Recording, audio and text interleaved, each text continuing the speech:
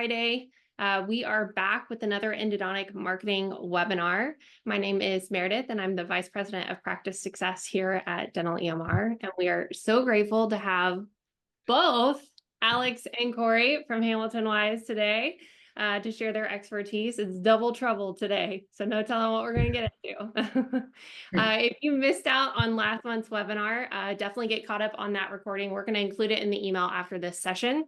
But basically what we did was we talked about how to implement your analytics for your Google business profile, your website, so you can really start to get crystal clear on what it is that you can improve in your marketing strategy, right? We're trying to avoid that whack-a-mole mentality where we just don't really know where to start and what to focus on. So moving right along into today, we're going to start reviewing how to interpret those analytics. There is so much jam-packed into today's webinar, so we're so happy that you are here. And with that said, Corey and Alex, over to you. Thanks, Meredith. Thanks, Meredith. Awesome. Well, yeah, as Meredith said, this may be a steep learning curve for those that perhaps weren't on the last webinar or, perhaps didn't take a look at it before, but we'll try to be as cautious as possible with that and kind of explain through what we're going through. But really the main key points for today is we wanted to show, some key features you can utilize, on Google Search Console and website analytics that will help you, today moving forward in terms of what changes you can make. But moving forward, as we kind of go through these data workshops, we're going to give other key examples of other areas. But as Meredith mentioned, it's, you can get really deep in data and there's a lot of things you can do.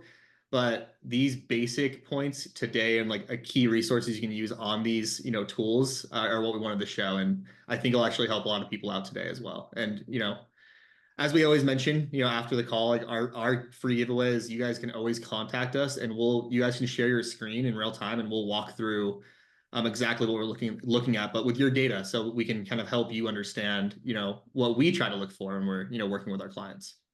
And just as a follow-up, we had a take-home task in the last webinar of starting somewhere, right? So if you don't have your analytics turned on, the best place to start is to turn them on. Usually it takes at least 30 days of data to start getting some solid feedback, especially if patients are using your website and looking at your Google business profile, all the good stuff. So that is the best place to start. If you're not sure, you can always, watch this and get an idea of what goals you have for your business, and then go back, turn them on, and then come back to this recording if you want to dig into your actual analytics while we're going along this webinar recording.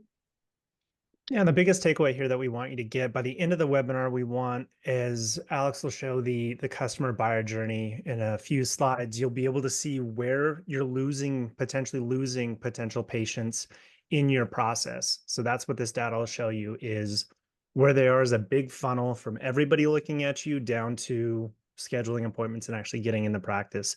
This will help you determine where you're losing people and what you can do to stop that. Yeah, and Corey, you read my mind already, but that's kind of the refresh I wanted to show here was really showing where each of these tools can be utilized. And obviously there is overlap, but it just gives you an idea of at what stage in the journey is your patient at when you're looking at this data, just so it helps you to kind of visualize along the way. And a quick recap in these: awareness that all buyers go through the same process. They become aware that a problem exists. There's a stain on their laundry, their tooth hurts. They're aware that a problem exists. So they research and consider options to solve the problem. They make a decision as to which one they're going to use. And then they retain, we'll use them again, or talk about that within the advocacy. Everybody goes through that funnel. Awesome. Well, everyone take a deep breath because we're about to get into it, but it's going to be fun. We're first going to walk through Google Search Console. And just as a reminder, what Google Search Console is, at a very high level, what it's doing is it's basically showing you what people are querying, meaning what are people searching for, and how is that reflective of your website, and how is your website pulling that data from what people are searching. So it's a great indicator to show what folks are searching for in your area, and what keywords they're using to actually click to your website. At least that's the goal. But there's a lot of things you can do in Google Search Console that will help you kind of understand this more. We're using just some sample data to give you an example of a visual what it looks like, but just to start, once when you sign into your Google Search Console, and hopefully a lot of you guys have, based on your homework last time, it's really easy to navigate to this page. And all you have to do on the home page, you'll say home, and then right underneath home it says performance. And once you click on performance, you'll see this exactly where it shows clicks and impressions by top queries, and that's always going to be the first thing it shows you. And I'll have a drop down of all your top queries and also the impressions and clicks. As a reminder, a query is what somebody else typed in, what words they chose to search that Google connected to you as a potential answer to their problem. Thank you. Yes, and Corey, keep giving descriptions as I go through, because I'm sure I'm going to just talk through a lot of random terms. So I appreciate that. But to start with this workshop, this is what we would like you guys to do. And obviously you can take notes now. You can actively try to do this while we're walking through it. Or obviously you can contact us after. But the key here, and this is actually something that I think will help a lot of folks right off the bat, is once you get to that performance page and look at your top queries, you'll start to see what the top queries are. And we had to we blanked some things off here because these are some current clients we work with, but we didn't want to utilize all the information. But really what we're looking for here is the impressions based on keywords, and you can see all the top impressions. You can filter all the way down to even things that got one, but you always want to start with the top impressions first, meaning what's getting the most bang for your buck, what keywords are people searching.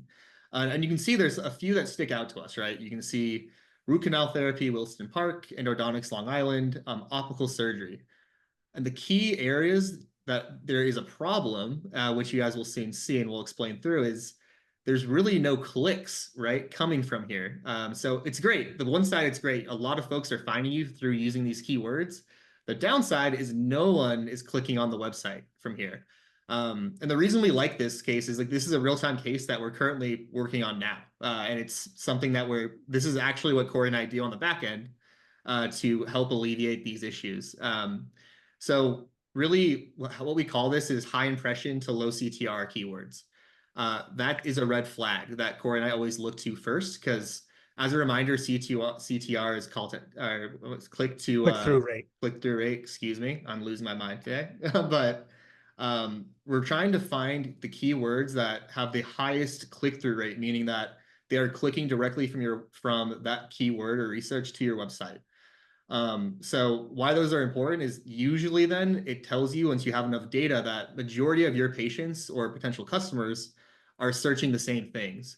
And the more data you have, ideally you can get a year's worth of data. I know a lot of you may just have 2 months worth or a month or 3 weeks even, but the more data you have, the more accurate this will become, and you'll start to see really what people are searching your area for.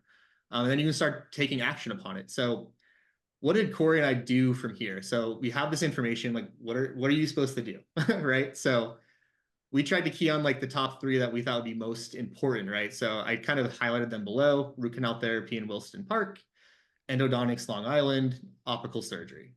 So the first thing that we do is when we click in to these keywords.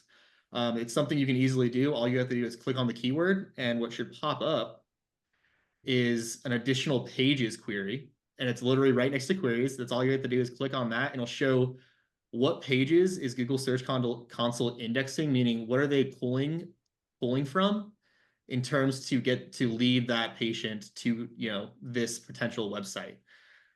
So why this is important, right, is one, we're seeing that there are a lot of impressions coming through to all these different web pages on the website, but there's 0 clicks on all of them. So what it tells us is obviously we're not utilizing the queries or the keywords in the queries more effectively for someone to feel enticed enough to click to the website and move further along in the process. And Alex, if I can interrupt for just a second, I don't know if there's a way for you. Are you able to zoom into that graphic at all on your slide by chance? I can try to. Little ways out. Yeah, I am able to. Oh, yeah, that looks a lot better. Thank you. So we can look at those numbers a little bit better. Perfect. Okay. Sorry for the interruption. Yeah. So what you can see here, no, thank you. That's important. I'm happy you mentioned that if people can't see, but what you can see here, right, is there is a ton of impressions, meaning it's popping up for folks on their Google search, but there's not clicking to the website, to these key links. So as I mentioned, that's something we need to fix. And, there's a lot of things you can do and there's a lot of reasons why, but majority of the reason is people are not enticed after that search to click on your website first, whether it be your website or your Google business profile. So some key things you can fix, which we talked about in the past, are changing your meta name. And Corey will explain meta name and what a tag is. But if you can alleviate these meta names and tags and start adding keywords into those tags, it may be more enticing for a patient or a potential patient to click on that website. Corey, do you want to explain meta name and tags as well? Yeah, and I want to back up just a second. So impressions, when you type in anything in Google and you're looking for an answer and you're scrolling through all the potential options that Google gives you, every time you pass an option, that's an impression. So Google will tag that and mark it as an impression. If you click on it, that's what adds the click up. So all of these, and then also something that may be confusing is there's all the HTTPS. Beside that, it's the links to the website. We just have them blocked out for privacy, but it shows all the links to your website in this that is connected to the pages that people are seeing.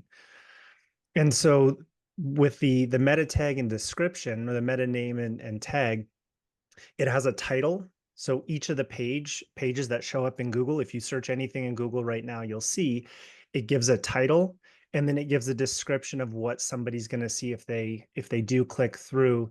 And this is a really good opportunity for you to figure out what you're trying to accomplish with that page and cater to your audience.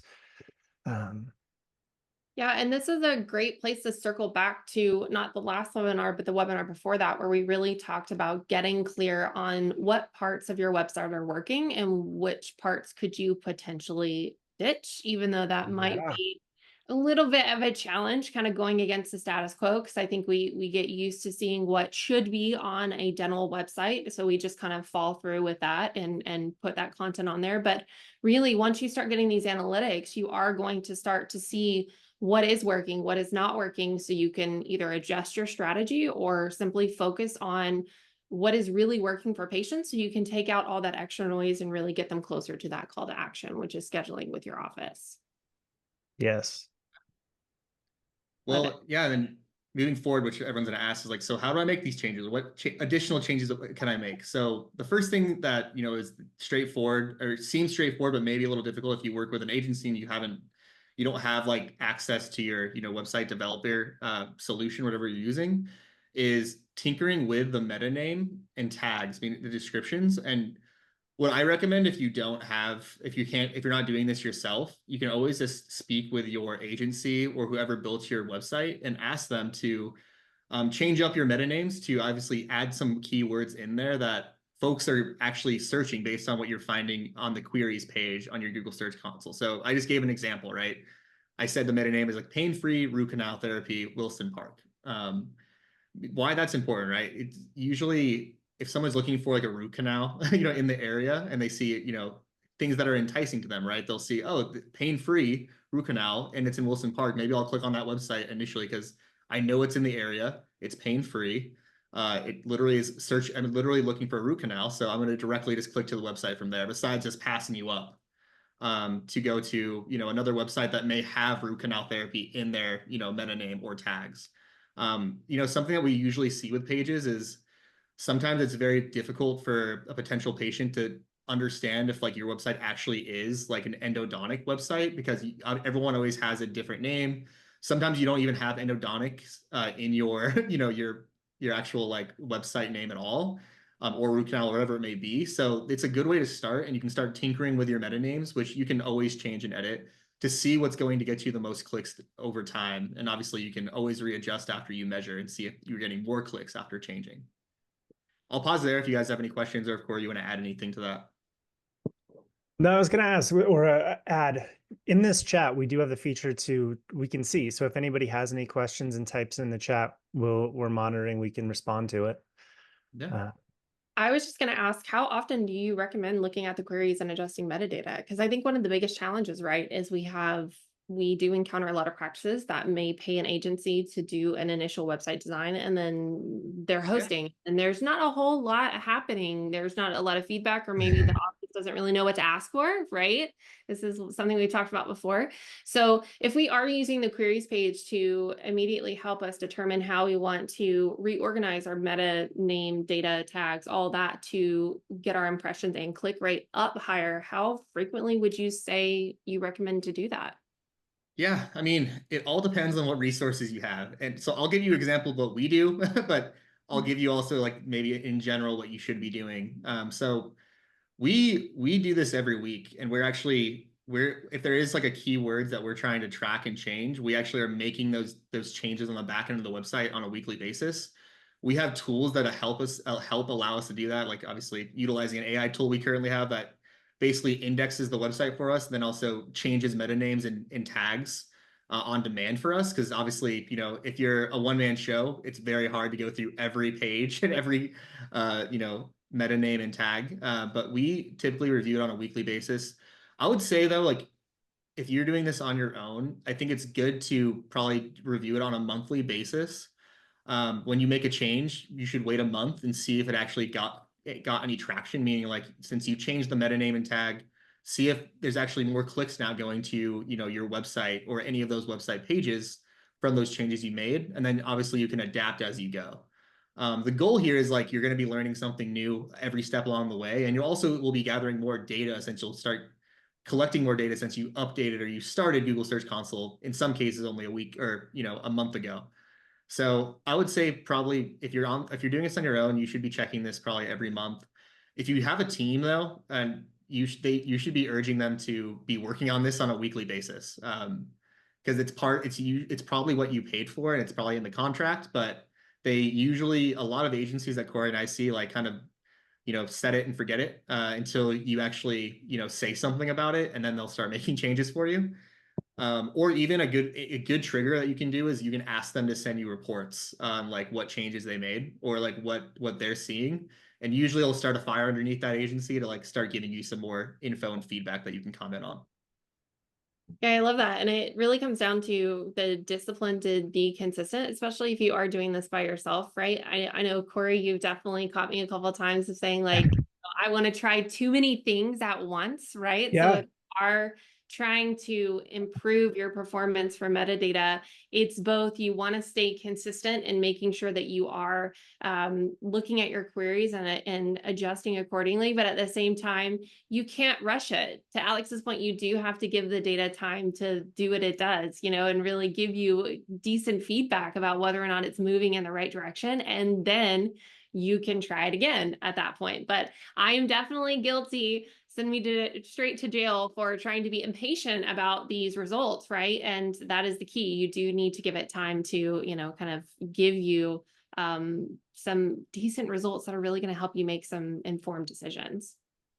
Yeah, as you think about it, it really is a funnel. You'll have a wide array of people, that a much broader audience of people, and that will continue to funnel down as they work through this process into the scheduling of appointments. And so where you are with Google Search Console, you have the most amount of people that are looking for a solution to their problem.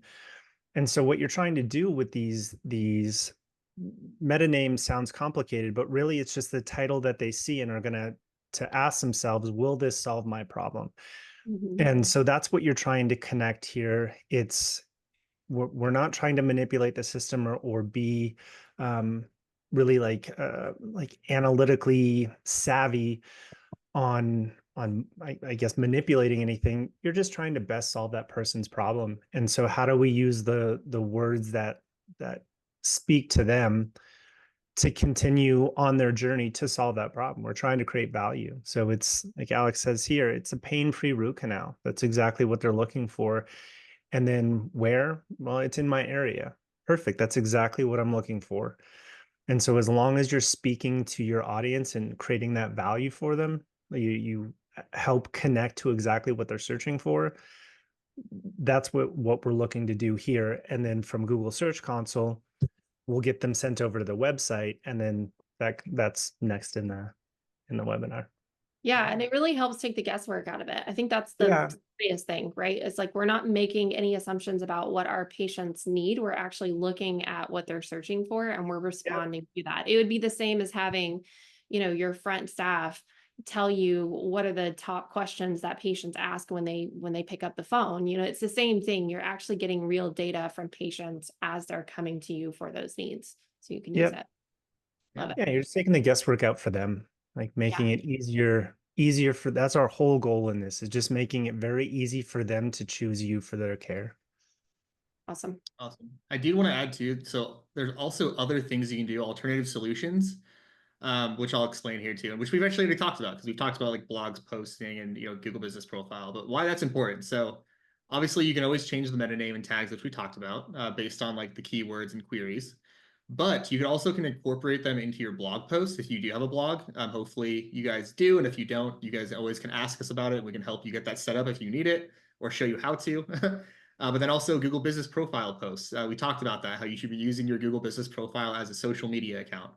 Why that's important though, right? So you see like there's about like 7 links here that you can see on the page up here that folks are searching on, but it's a way to give other opportunities for your Google search, for Google to index and see there's, other areas that folks can click on, giving those potential patients other areas and other ways to click to your website. So if you add a blog post that talks about, best root canal therapy in Wilson Park, and then you explain kind of your services, your process, why it's pain free, that's going to get indexed, and it's also then going to show up as well as a search option for a potential patient to click on, giving them another potential option to click on that query. Additionally, with Google Business Profile, same thing, it's straightforward. I gave an example here is like you can highlight a review that a Karen gave. Karen's a very common name, I feel like, so I just used Karen. But you can say nice like Karen. you can highlight kind of what she said or a snippet of what she said, and then add a call to action to click to your website to schedule, whatever it may be. It's just giving other areas for Google to index that will also help people find you, and ideally click.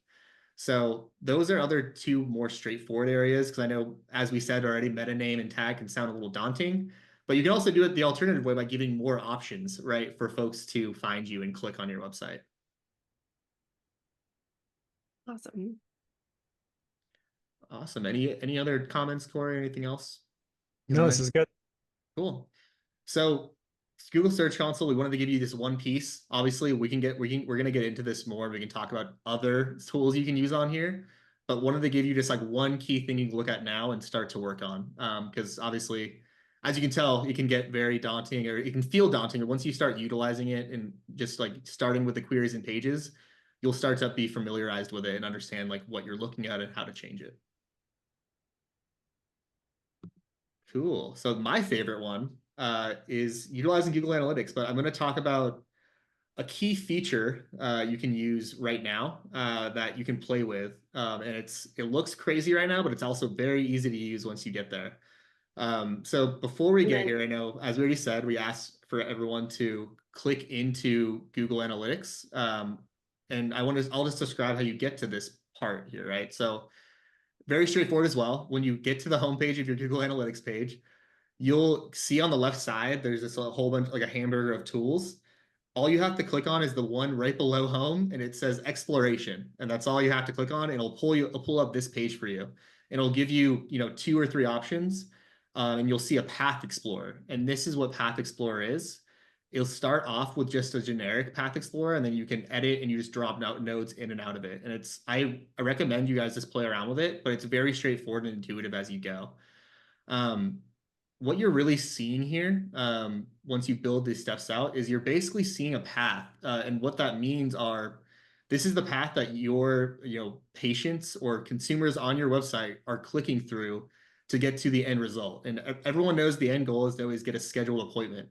But this automatically tells you, where your patients are looking to first, and it can help indicate what changes you need to make moving forward. But, just as an example, we're using one of our clients that allowed us to use her data. And also she's not in endodontics, she's in orthodontics, so she allowed it. So there wouldn't be like any competition here, and she was totally fine with it, just to give you an example. But I wanted to not blank anything out because I think it'd be really hard to read, especially for this Path Explorer page.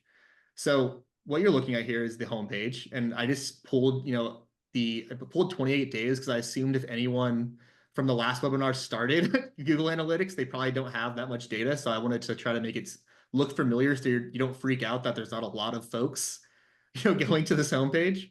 That's probably what you're going to see as well, since you don't have a lot of data just yet. So this is just a quick snapshot. But you'll see here it's in segments. So it's the home page, and then it automatically clicks down and has a funnel drop down of what folks went to next. So you can see majority actually went to About Us. So at first, like, you would think like, oh, like, maybe folks don't really care about the About Us page because it, gives you photos and there's photos of your staff. It talks about you as a person. But what Corey and I have found is usually most people are always trying to understand what they're, who they're going to be working with and, about the practice. Most people think they only care about pricing, but this is a good indication that, maybe we actually should, toughen up our About Us page and spiff it up a little bit. Obviously, pricing is very close. It's another top item. People always want to understand what the price is. And then a lot of people just went directly back and clicked the home logo and went back to the home page. But it's a good indicator of what folks are clicking on first, and it also will tell you immediately if there's any pages that people are not even clicking on. So it can give you an idea if maybe you want to remove that page, hide it, or maybe tweak it a little bit so more folks may be interested. I'll pause there because I will get into kind of what we're seeing here and how we can fix it. But I'll pause if there's any comments from Meredith or Corey, if anyone has any questions. No, not yet. I love this. It's so Awesome. easy to just see the path. And again, it circles back to how do I know that my website is really working, and how are my patients exploring it? I think when we don't have this information, we instead have the mentality of, well, whatever I can possibly imagine a patient might want, I'm going to put it on my website just in case so they can find it if they need it. But the reality is that really, I mean, you can see the statistics. This is really not what the average patient journey looks like on your website, and just gives you a whole lot of visual information about how you can adjust things and where to get a little bit more robust in your content. Yeah. Yeah.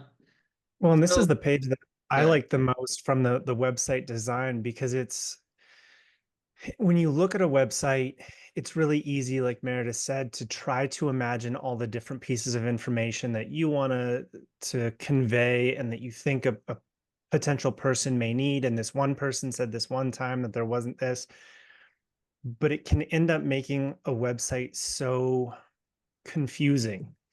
And what we really try to do is simplify. Like, that's the biggest word that I stand behind whenever we're making decisions is, are we simplifying the process for somebody to continue moving through that patient journey to schedule an appointment? And when we look at these pages, they're not looking at technologies. They're not looking at um, like these abstract. I see so many pages on websites all the time, and it drives me nuts because it makes it so difficult to just figure out where you're supposed to be going. And that's where we try to look at, well, we don't try to, we do. We look at the data, figure out where people are going, and make it very simple for them to navigate. So you'll notice out of those 217 people that landed on the homepage, not all of those went onto a separate page, which tells us that either people are going directly to book appointment or we're losing them. Yeah. And so that's why the homepage is so important. I see this all the time and it drives me nuts, but there's so much information and it's all so scattered. That homepage has to be clear and concise. It has to tell you, what do you offer clearly and concisely? Like, what makes your practice different? How's it going to change my life? What are the benefits to that potential patient? And this one's the most important. How do I get it? There should be an easy schedule appointment from the website. And so while you have them on that homepage, you have to take advantage of their time there before you lose them. So that homepage needs to be very clear and concise with what you want them to do, what you want them to see. And then Yeah. from there, the about us, and then thinking through some of the things that people want to know that a lot of people are hesitant to talk about, like pricing. You don't have to give all your pricing a la carte menu, but like, we want to make sure that we're giving people the information that they're actually looking for, not make it confusing or hidden. Yeah. So looking at this too, this actually is a good exercise. And to give you guys an example, this is a real-time case that Corey and I had to fix. So this is actually something that we worked on with this client, and we're still actively working on it because, we try to make changes on a monthly basis, or renew strategies. But there's a glaring issue here. So as Corey mentioned, first and foremost, right, the main goal of your website is to get someone to schedule a patient. Or to schedule a consultation, excuse me. So we love this. We love that somebody went directly to the homepage and then went straight to book a free consultation. That's awesome.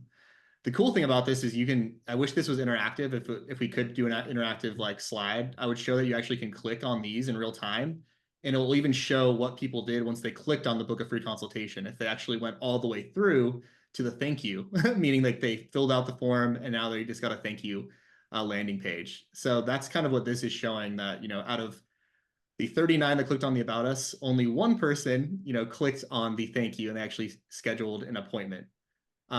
There's a glaring issue on why that's the problem. And hopefully maybe some of you can figure it out. Corey, do you know what's going on? What really happened is the main issue is here. You'll see that, I'll zoom in a little bit here. You'll see that for some reason, they went to the About Us page. 39 went to the About Us. It looks like just only a few, 3 or 4 dropped off completely. But then 35 went to the Premier Orthodontics. And what that actually is showing us is we re-tagged this so we know exactly what the call to action is, but they just re-clicked the logo and then went back home to like basically the home website page. Does that seem like an issue to you guys? If not, we'll explain why. But really what we noticed here is that we don't have the appropriate call to actions on this About Us page here to actually get someone to schedule a consultation and obviously get to the thank you, meaning like, yay, they scheduled, and now they're going to get like a thank you email and get contacted.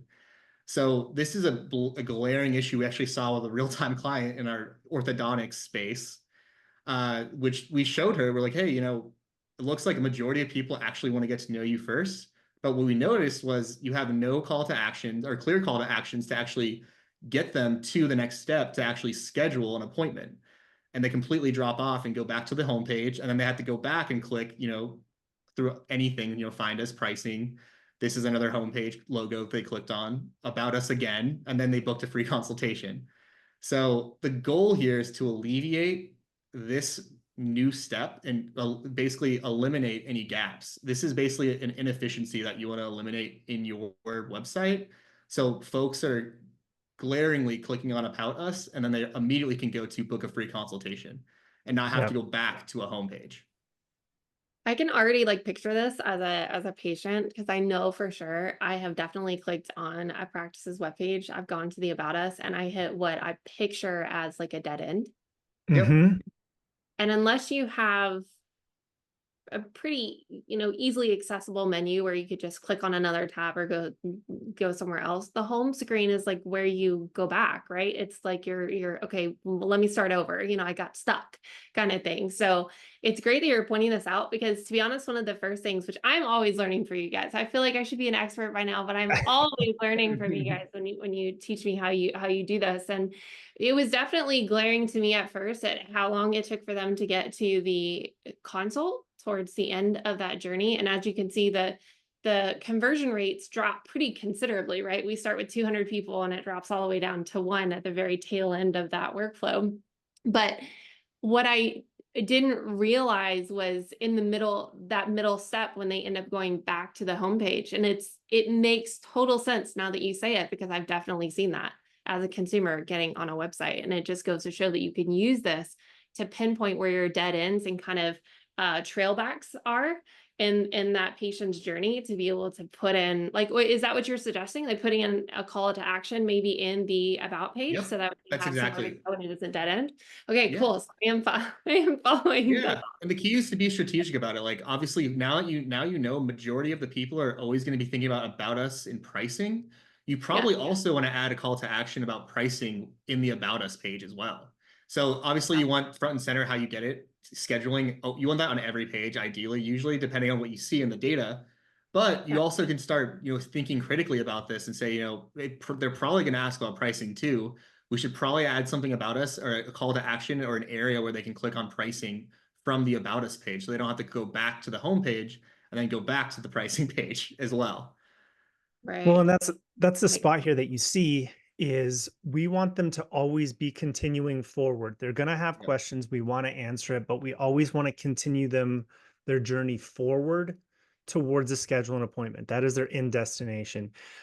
What you see after those 35 people go back out, then they start exploring. Now you're like, oh, I'm in a new territory. I'm going to start clicking around and really seeing what I can see. You're no longer in the mindset of completing a journey. You're just in an exploration phase.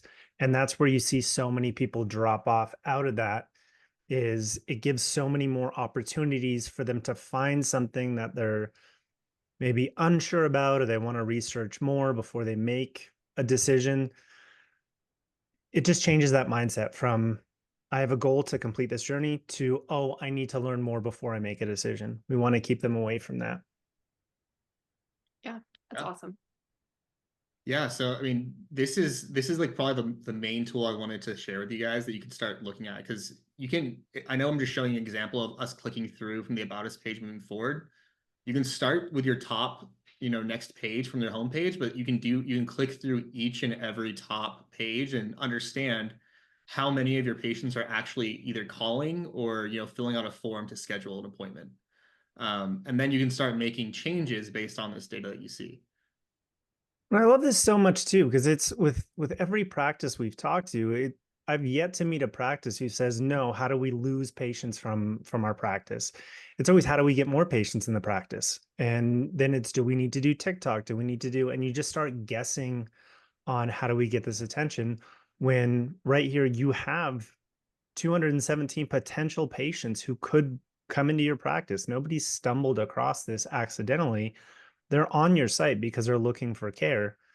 These are the easiest ways to do it to stop those blocks and get more patients in the practice. Yeah, and I love for those that are like looking for tangible goals and like actually be able to track how things are improving. I mean, what better way than to see 217 people landed on your website and only 39 of them made it to the About Us, or only 26 made it to pricing. Like if you want to start to see not only how the numbers increase on that first homepage just because of how you're indexing with Google, but how do we improve those numbers so there's not such a big drop, from one page to another, and in just kind of simplifying it for them. I mean, that's really all this is about, right? We're just simplifying the journey so it's not so difficult to get them where we want them to be, which is scheduling for that consult or scheduling an appointment with us. Yeah, I mean, you get 5% here to convert into a scheduled appointment. That's still 10 new patients a month, and 5% is a low number. Yeah, that's true. Yeah. So we're just, and in this, we're just making it easy for people to make that decision and feel comfortable. This isn't a buyer capture where we're trying to sell them something. We're trying to make it very easy for them to make a decision they have to make anyways. Yeah. Awesome. Cool. So this is connecting the dots, but this is kind of the real work we did with this orthodontic practice, and it's still showcasing this page explorer path that you can use. And it's cool because you can do a starting point, but you can also do an end point. So I just did a quick example to show some of the work we did with call to actions. And you'll see that we also meddled with some, keywords in these call to actions as well, because we obviously did the research from Google Search Console and saw what people were searching for, but it's cool because you can track the ending point and you can see like this is the thank you, meaning like they actually scheduled. But you can track the call to actions that we did on each step, what people were clicking on through any page they were on. So if there's something that's glaring that sticks out to you, you should see that. But it's free consultation, schedule free, or affordable orthodontics. So we really went in here and like re-optimized all our call to actions by page to really get a patient to click on schedule a consultation, get to where they want to go to actually schedule. In this case, she really wanted to showcase like that it's a free consultation at first. So it's no charge to these patients. And obviously orthodontic treatment is different than endodontic treatment. But we started highlighting this because we noticed that a lot of folks from Google Search Console, which is connecting the dots, were clicking on like affordable orthodontic treatment or free consultation. So we wanted to make sure that that was peppered in call to actions through any page that a potential patient was going through. And you can track it all the way back to the homepage of how they got to, the thank you after they scheduled. So this is a real-time example and visual of call to actions we incorporated by page with actual like keywords we found from query for folks to actually, get more enticed to actually schedule an appointment with this practice. That's awesome. Yeah, I showed Corey earlier that it's very redundant, but it also shows the example of like why we're really pushing some keywords that we found that, folks were actually getting drawn to go to this practice in general. Yeah, absolutely. And it's redundant, but you'll notice like everything's saying the same thing, but just in little tweaks. Like that's what makes this really interesting is we'll switch words around or try to make different configurations and see what resonates. There's not one right answer, but there are answers that are better than others. And so that's where the effort comes in to say like what is making it as easy as possible for people to trust and feel confident moving forward.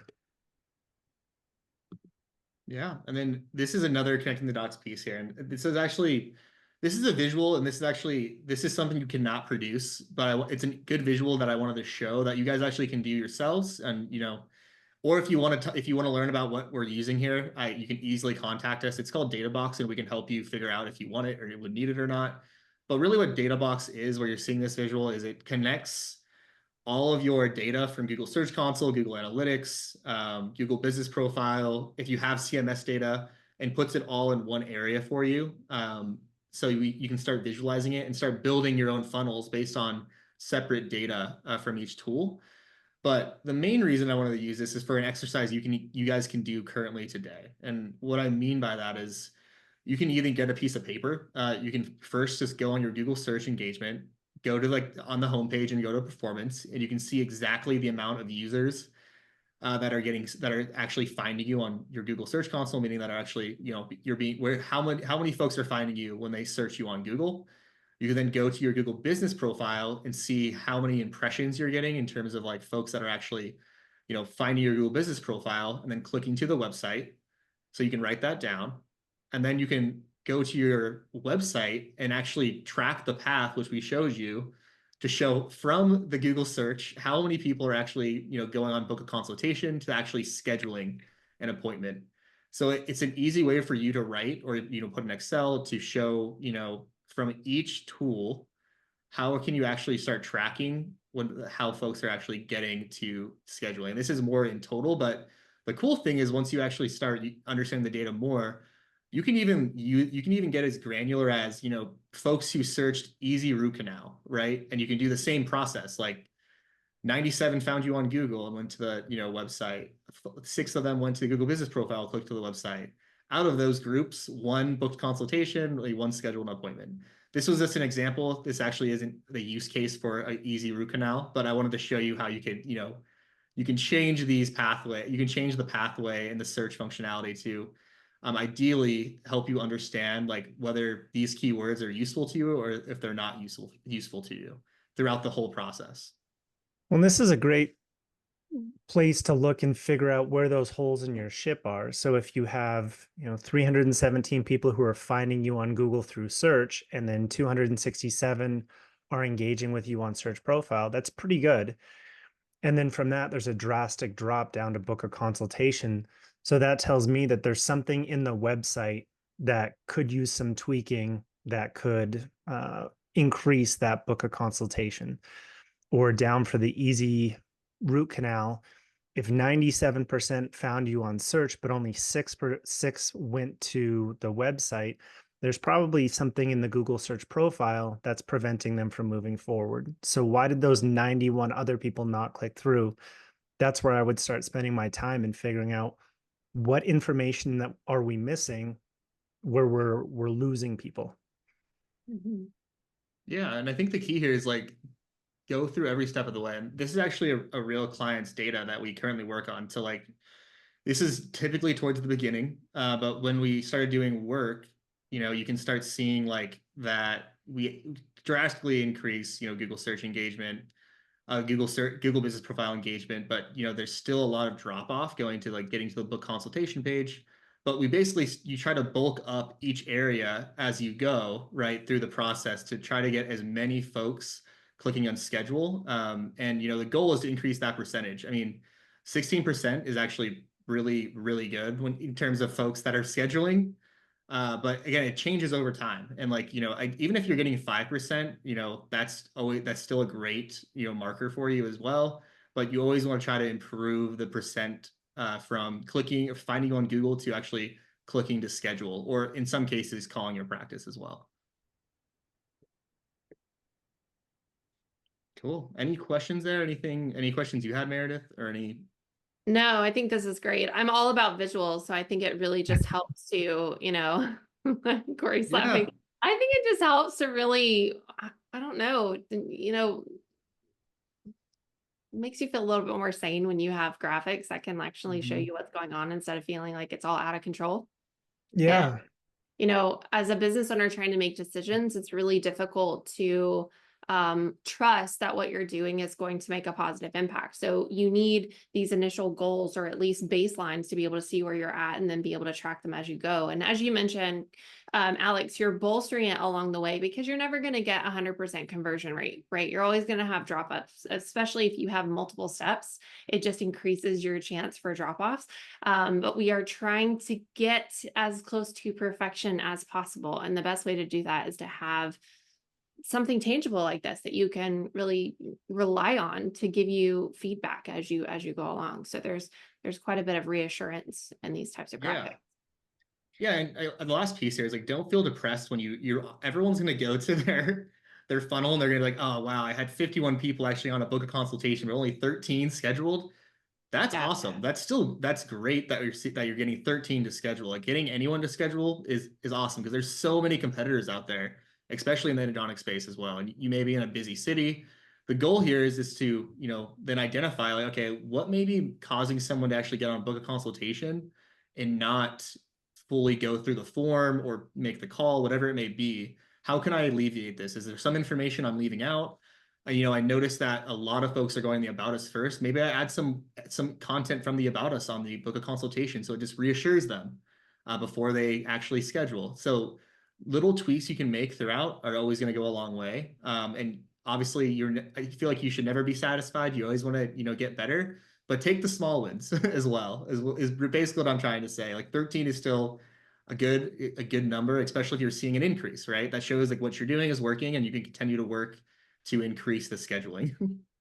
Well, and I think it's qualified leads. You want qualified people that are really looking for the services that you provide. And if you provide the information that you need to educate them to the point of decision, then that's really the whole point of your website, right? If you flip this on its back and think of this as what would have happened if 370 or 317 people had called your office and your front staff had to filter through all those people just to get to 13 qualified leads.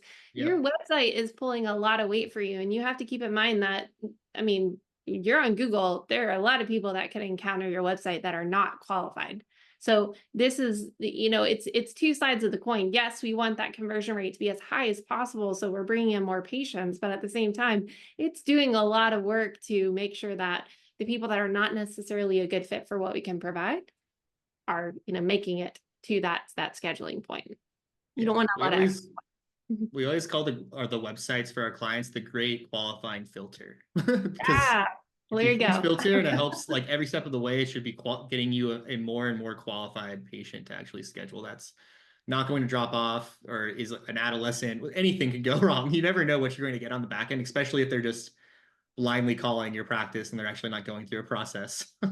Well, and to be honest, I don't know of any practice at any capacity that I've worked with ever that could take on 317 patients immediately. You know what I mean? So realistically speaking, I think it's always good to have, a little bit of of that sanity check of okay, what is reasonable though for goals that we want to increase in our practice? But yeah, it's still a great visual because to your point, if your conversion rates are not super high, 13 could drop really low if you don't have that many people coming to your website to begin with. So it's all a process, and you can really look at the whole thing from start to finish in terms of areas that you can improve. Yeah, I completely agree. I mean, great example too is we're working with a client in the Ohio area, and we started revamping their Google business profile, and actually a lot of their links were dead links. So we relinked, the call page and we started getting calls from their front office saying like, oh my God, we're getting so many calls, we're missing calls. It's causing patients to like get upset because like they can't like they're going to the website and they're trying to reach us. So it's a good thing, but also it's also opens your eyes to like us understanding the practice more. Like, okay, we should add some more pathways to schedule besides just clicking on the call link on their Google Business profile. Even though it's working, like we're getting a lot of traction there, we need to start adjusting to get, more patients to get to the website to increase separate pathways so they're not just on hold 24/7. So it's great when you're fixing it, but you have to think about the whole journey at the same time. It's the old adage, more money, more problems. It's like Yeah. you grow and new problems are going to come up. So you do kind of just have to just embrace them. We always say business owners are perpetual problem solvers. It's like you are not necessarily going to solve all the problems. It's possible new problems will arise when you have a lot of new patients coming in, but what joy to be able to, solve new problems. That's great. Yeah. It's always hard to be stuck in a rut. That's for sure. Yeah. Every new patient's a new data point for you to, solve a new problem with your practice, whether it be within your office metrics or your website or your business profile, whatever it may be. It's always another data point to add to your, patient journey that you can ideally look at, analyze, and fix. So Awesome. Meredith, you asked a question earlier too about how often you should be checking the Google search query and updating tags and whatnot. Alex, if you go back to that last screen real quick. yeah, of course. This is where I would pause my efforts. So the Google search engagement is up 17%. I would shift now and look over at Google search profile, Google business profile. That's up 27%. Okay, let's leave that one alone. The book consultation page, now all of a sudden we've got some drop off here. This is where I would focus my attention on both the website and the book a consultation. Is there information on the website that we're potentially missing that's preventing them to book a consultation? Maybe we have to look at that. Maybe we've got to make things a little bit clearer or more impactful on the homepage or on the book a consultation page. Is there something that we've done there to prevent them from moving forward? Is there, again, information that we've missed in that journey that has caused them to stop and say, I'm not ready yet. I have to go back and fill this doubt before I'm ready to move forward? Are we asking for too much information? Sometimes consultation pages have, you need a birthday, and you need all these different pieces of information that feels sensitive. Maybe that's preventing people from moving forward. A third party scheduler, maybe that's preventing. Like, we can look at all these and say, all right, like this is where I would focus my attention on next and really start to try to move that number.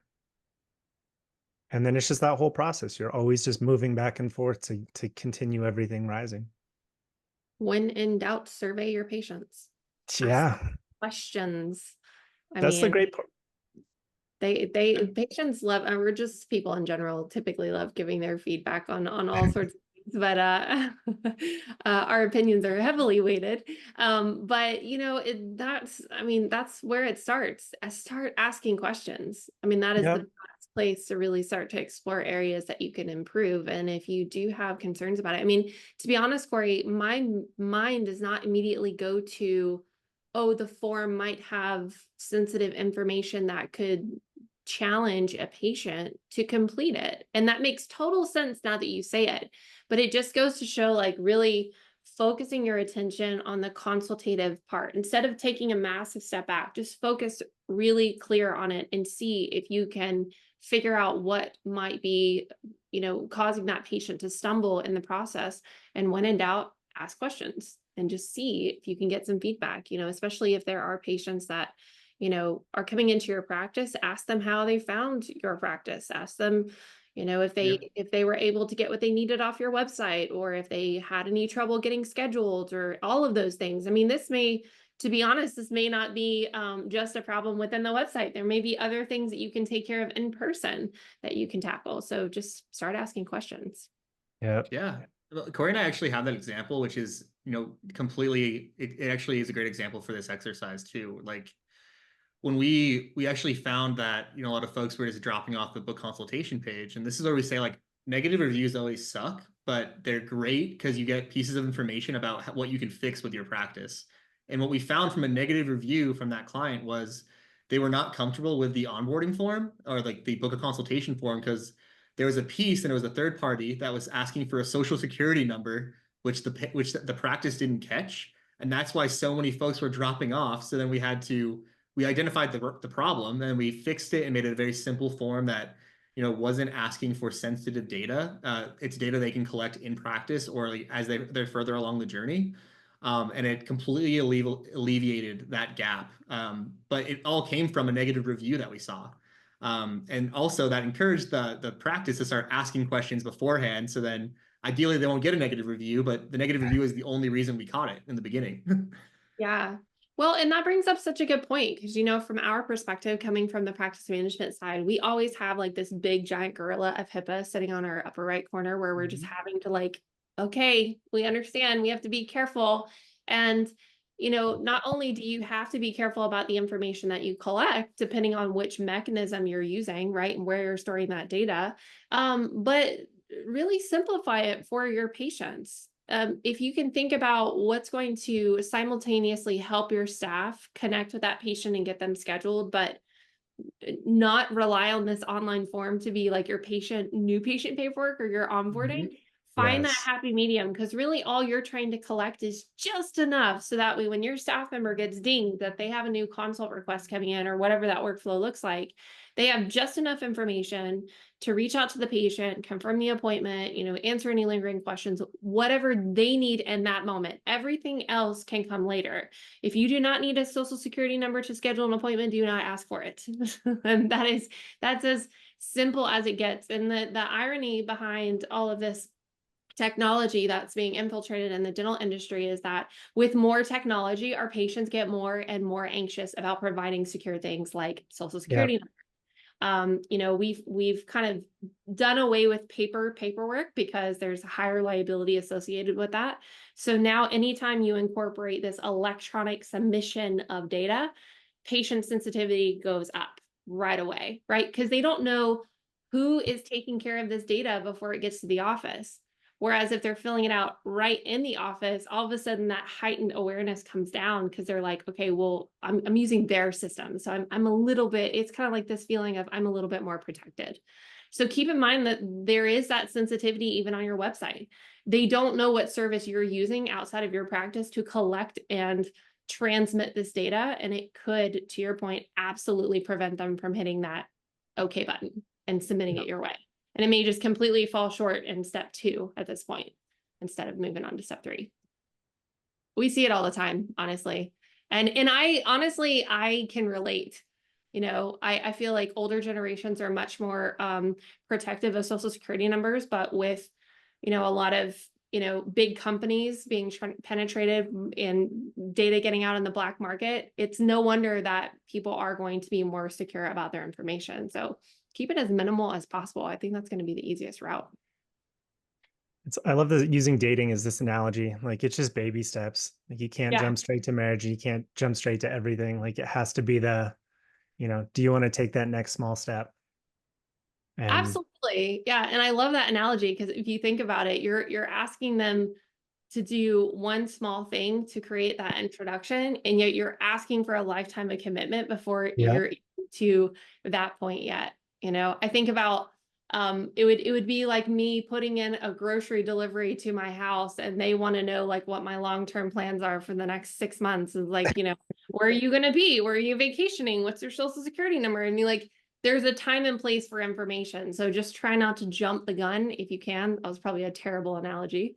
But you get what I'm saying. Like, think about what they need just to accomplish that one small task and minimize it as much as possible for them. Yep. We're trying to help them. We're trying to help them feel safe. We're trying to help them feel like they're in good hands, like they can trust you. Yeah. Like this is a good, confident next step and they're not going to regret it. Yeah.